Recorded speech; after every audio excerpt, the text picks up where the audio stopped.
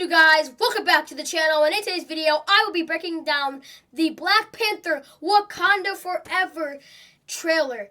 Now, I know I'm probably late on this, and I'm sorry I didn't post this earlier. I was feeling like under the weather, aka I was sick. So, yeah, but I'm here now, and we're going to break down this trailer. So, let's first like this video, subscribe, comment, and turn on those post notifications so you can notify when I post a new video. Now, without further ado, let's get into it. You guys already know the drill. In these breakdown videos, I'm going to be breaking down the scenes that I could break down, and then we're going to move on to the main topic of this entire trailer, who is the next Black Panther. Now, we're going to go on to breakdown moment number 1. The song No Woman No Cry. No woman no cry.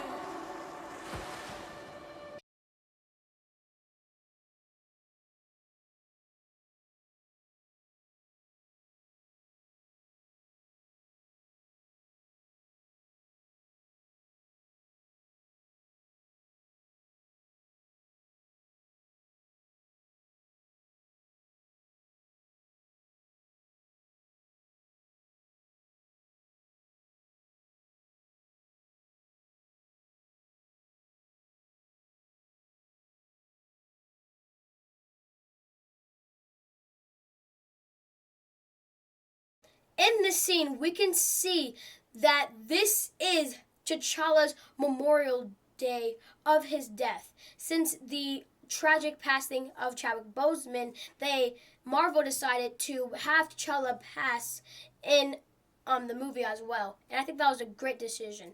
Now, as we can see, everybody at this memorial service is wearing white. The white in Asian culture or African culture represents peace and purity, or death or mourning. That's basically what the white in here represents. And you can also see Shorty holding the Black Panther helmet right in her hand. This is probably foreshadowing Shorty being the next Black Panther, but that's just a theory. It's just a theory, so don't take that with any type of confirm, just don't take that in next seriously. Now, for breakdown moment number 4. This movie will heavily focus on the woman in T'Challa's life because, those were the people who were mostly closest to him, as he had Nakia, his girlfriend, Shorty, his sister, and his mom, and also Okoye, his right-hand man. So, I'm pretty sure the movie will heavily focus on them and how they're dealing with the passing of T'Challa and the passing of Shorty's brother, and how will they deal with the passing of him. And that's definitely one of the most main things that this movie will most likely focus on. And that's honestly, I had no problem with that.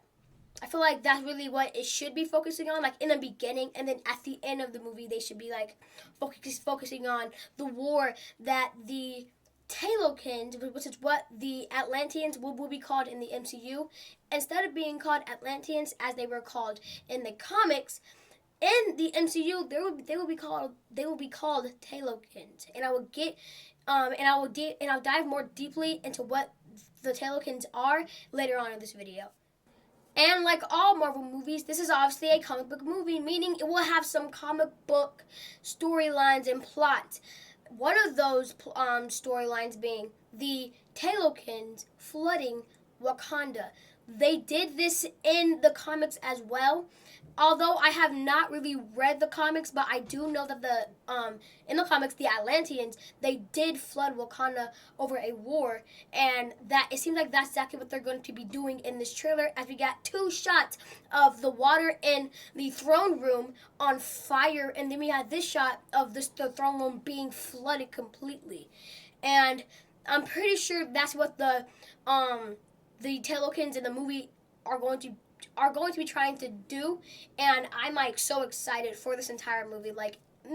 I love talking about it, because the more I talk about it, the more excited I get about it. So yeah, now on to breakdown moment number 6. And breakdown moment number 5, if you're wondering, was what I just told you about the Wakanda being flooded. Just to clarify that. The actor that plays Namor had to learn a Mayan language. That is because the Talokins will be focused around Mayan culture. So the actor who played Namor had to learn a Mayan language. I feel like I'm not saying that right, and if I'm not, I apologize. But yeah, I think this is really cool. Like, you had to learn a language for a movie. Like, that's benefits for him. Like, now he knows probably 2 languages, or how many languages he actually knows.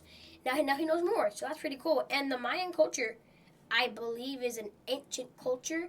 So he knows an ancient language probably. If not, I'm sorry if I didn't know. Sorry.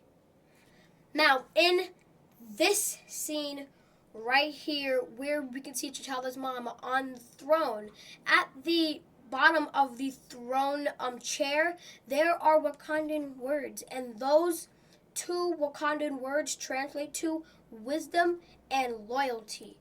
Probably one of the main things that a Wakandan warrior has to have to be a king or queen. Dorothy Steele, which is her last name, Steele, has returned for this movie, but sadly she has passed away. She lived through 1926 to 2021. She passed away last year, so may she rest in peace. She was 95 years old, by the way. She lived for a very long time, and may she rest in peace. If you're wondering who Dorothy Steele played, she played this woman right here who was in the throne room in Black Panther 1, and she was talking to Black Panther when Black Panther was set on killing Eunice's claw, and she was one of the councils at that meeting. And then we get this other scene where it was set at T'Challa's memorial service, and we can see as these people are dancing, we can see Bast, which is the Wakandan god. In that Wakandan culture, we can see Bast sitting right there, and above Bast, I believe, is the first Black Panther, Bashinga. I really hope I pronounced his name right. I always have trouble pronouncing that name. It's just like, it's kind of complicated and kind of hard for me to pronounce, but I really hope I didn't pronounce it wrong. And then we get this scene as we can see 4 warriors of the Bilahamaje. I'm pretty sure that's what the army of the Wakandan is called.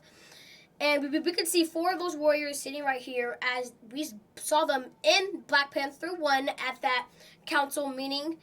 We saw them standing right up there. But we get a good and clear shot of them in this scene right here. And we can see some Wakandan words on the wall. And I am going to translate them for you guys right now. We have in power, T'Challa, our hero, in honor, and forever. Those are all the words that translate on this wall, and I think that's like all the words I got to translate right there. So yeah, that's like what I can tell from this. My camera cut out, but if you want to know who I think is the next Black Panther, please watch out for a YouTube short on who I think could be the next Black Panther. And without further ado, let's get out of it, and I'll see you guys in the next video. Have a good day. Peace.